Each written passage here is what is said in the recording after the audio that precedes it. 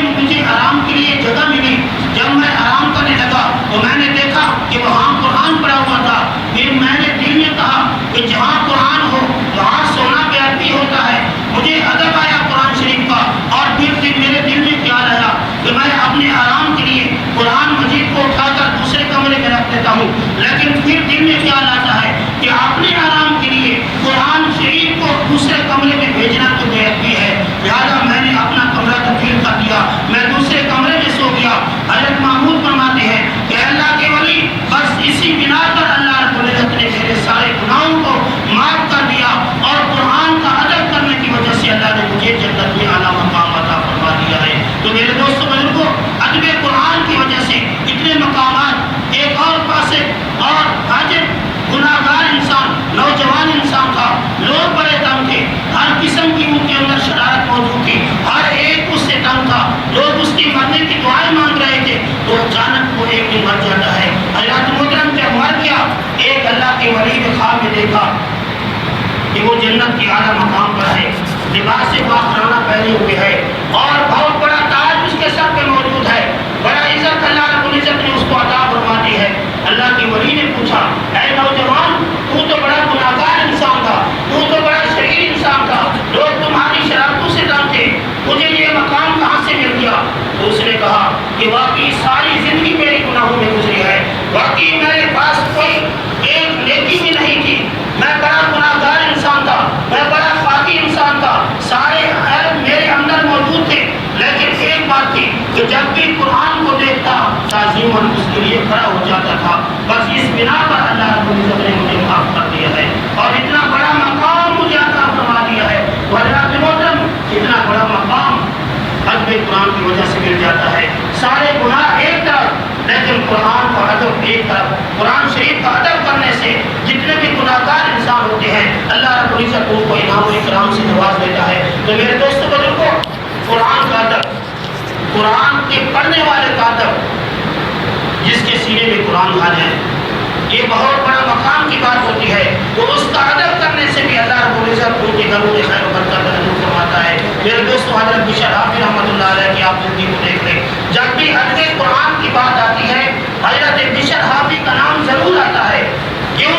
اس لیے کہ حضرت بشر حافظ جو تھے یہ بھی بہت بڑے شرابی تھے، بہت بڑے گناہگار انسان تھے. صرف شراب پیتے نہیں تھے بلکہ شراب کے کارخانے بھی تھے.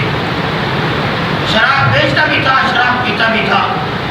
لیکن کرم جب ہوا، گھر سے نکلتا ہے، شراب پی کر نکل رہا ہے، راستے میں ایک کاغذ کا ٹکڑے کو پاتا ہے اور پھر جب اس کو اٹھا کر دیکھتا ہے، کیا لکھا تھا؟ بسم اللہ الرحمن الرحیم. بسم اللہ الرحمن الرحیم. جب یہ دیکھا تو اس کو اٹھایا، چوما اور چوم کے صاف کر کے دیوار کے اونچے خانے کی طرف رکھ کے کہتا ہے کہ تیرا مقام وہ نہیں تھا، تیرا مقام یہ ہے. بس اتنی بات تھی، وہ اپنے شراب خانے کی طرف چلا گیا.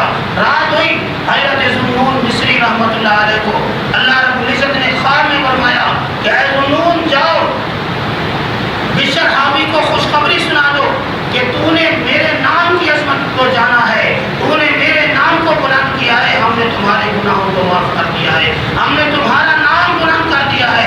حضرت ذوالنون مصری رحمۃ اللہ علیہ کیونکہ وہ جانتے تھے کہ بشر تو بہت بڑا گناہگار انسان ہے، خطا کار انسان ہے، شاید میں نے یہ خواب غلط دیکھا ہے. دوبارہ وضو کرتا ہے اور وضو کرنے کے بعد نفل پڑھ کر سو جاتا ہے. پھر وہی خواب آتا ہے اور اللہ رب العزت فرماتا ہے کہ یہ ہمارا حکم حضرت بشر کی طرف بھی ہے. میرے دوستوں بزرگوں، حضرت ذوالنون مصری پھر خیال کرتے ہیں کہ شاید میں نے ایسے ہی خواب کیا دیکھا ہوں، کیونکہ وہ تو بہت بڑا گناہگار انسان ہے، وہ تو شرابی انسان ہے. لیکن جب تیسری بار ایسے ہوتا ہے، حضرت ذوالنون وضو کرتے ہیں اور نفل پڑھ کر سوتے ہیں. تیسری بار بھی اللہ رب العزت فرماتا ہے کہ ہمارا حکم صرف اسی ہی کی طرف ہے. چنانچہ صبح ہوتی ہے، حضرت ذوالنون مصری رحمۃ اللہ علیہ اپنے گھر سے حضرت بشر حافظ رحمۃ اللہ علیہ کو ڈھونڈتے وہاں اس کے باغ کی طرف پہنچتے ہیں، کارخانے کے منہ میں پہنچتے ہیں اور دروازہ کھٹکھٹاتے ہیں. حضرت محترم حضرت ذوالنون مصری رحمۃ اللہ علیہ فرماتے ہیں کہ میرا کام بشر حافظ کے ساتھ ہے. میرے دوستوں بزرگوں، حضرت بشر حافظ رحمۃ اللہ علیہ اس وقت کہ مجھے اللہ کا حکم کیسے آ گیا ہے، میں تو بہت بڑا شرابی انسان ہوں۔ چنانچہ خوشی کی عالم میں آ کر پاؤں میں جوتے نہیں پہنتے، اور اسی عالم میں دروازے پہ آتے ہیں حضرت ذوالنور مصری رحمۃ اللہ علیہ، جب اللہ کا حکم سناتے ہیں کہ اے بشر تمہیں مبارک ہو، رات تو نے اللہ کے نام کو بڑا مقام عطا فرمایا تھا، اللہ کا نام نیچے پڑا تھا، تو نے اس کو اٹھا کر اس کو چوما، اس کو عطر لگایا، اس کو صاف ستھرا کیا اور اونچے مقام پہ رکھا۔ اللہ رب العزت نے اسی بنا پر تمہیں بھی بخش دیا ہے، لہذا آئندہ گناہوں سے توبہ کر لے۔ حضرت بشر حافظ رحمۃ اللہ علیہ اسی وقت اسی مقام پہ توبہ کرتے ہیں اور شراب کے کارخانے کو ختم کر دیتے ہیں، پکی توبہ کر لیتے ہیں، اور پھر جب توبہ کرتے ہیں تو انسان توبہ کرنے کے بعد ایسے پاک ہو جاتا ہے جیسے اپنی ماں کے پیٹ سے نکلتا ہے۔ جتنا بھی گناہ گار انسان ہے، اور توبہ کیا ہوتی ہے؟ دل کی شرمندگی کا نام توبہ ہوتا ہے، یعنی صرف زبان سے کہہ دینا توبہ توبہ توبہ یہ نہیں، بلکہ دل کے اندر یہ اس گناہ سے آئندہ ہمیشہ کے لیے توبہ کر لے کہ یا اللہ یہ گناہ جو مجھ سے ہو چکا ہے، میں اس پہ شرمندہ ہوں، میں اس پہ نادم ہوں، یا اللہ آئندہ گناہ میں ایسا نہیں کروں گا، تو مجھے معاف کر دے۔ جب دل کے ساتھ اتنا کہے گا، اتنا کہنے کی بات ہوگی، اس کے بعد وہ اتنا پاک ہو جائے گا کہ جیسے اس نے وہ گناہ کیا ہی نہیں تھا۔ حضرت بشر حافظ رحمۃ اللہ علیہ نے بھی اس وہی توبۃ نصوحا، وہ توبہ کی حضرت محترم وہ مقام ملا کہ اس کے بعد جتنی زندگی بھی حضرت بشر حافظ کی رحمۃ اللہ علیہ کی گزری، جہاں سے گزرتے تھے پاؤں میں چونکہ جوتا نہیں ہوتا تھا، تو اللہ رب العزت وہاں کے جانوروں کو حکم دیتا کہ اس راستے پہ پیشاب نہیں کرنا کیونکہ میرا پیارا بندہ آ رہا ہے۔ حضرت محترم ساری زندگی پاؤں میں جوتا نہیں پہنا، لیکن کبھی عید کی جگہ پہ وہ آپ کا پاؤں آیا ہی نہیں تھا، کیونکہ اللہ رب العزت وہاں کے جانوروں کو حکم دیتا کہ آج میرے بشر نے یہاں سے گزرنا ہے، لہٰذا یہ پاک اور صاف ہونا چاہیے۔ تو اتنا مقام حضرت بشر حافظ رحمۃ اللہ علیہ کو مل جاتا ہے۔ تو لہٰذا آج ہمارے گناہ جتنے بھی زیادہ ہوں، لیکن قرآن کا ادب کرنے سے بہت کچھ ملتا ہے، لہٰذا حافظ قرآن کی بھی بڑی قدر، اور قرآن شریف کی وجہ سے حافظ قرآن کو اتنا مقام عطا کیا جاتا ہے۔ تو میرے دوستوں بزرگوں، پچھلا جمعہ المبارک بھی قرآن اور صاحب قرآن کی عظمت بیان ہوئی، آج بھی قرآن اور حافظ قرآن کے ادب کے بارے میں بتایا گیا۔ تو لہٰذا دعا ہے اللہ رب العزت ہمیں حفاظ کرام کے ساتھ سچی محبت رکھنے کی توفیق عطا فرمائے، آمین و آمین۔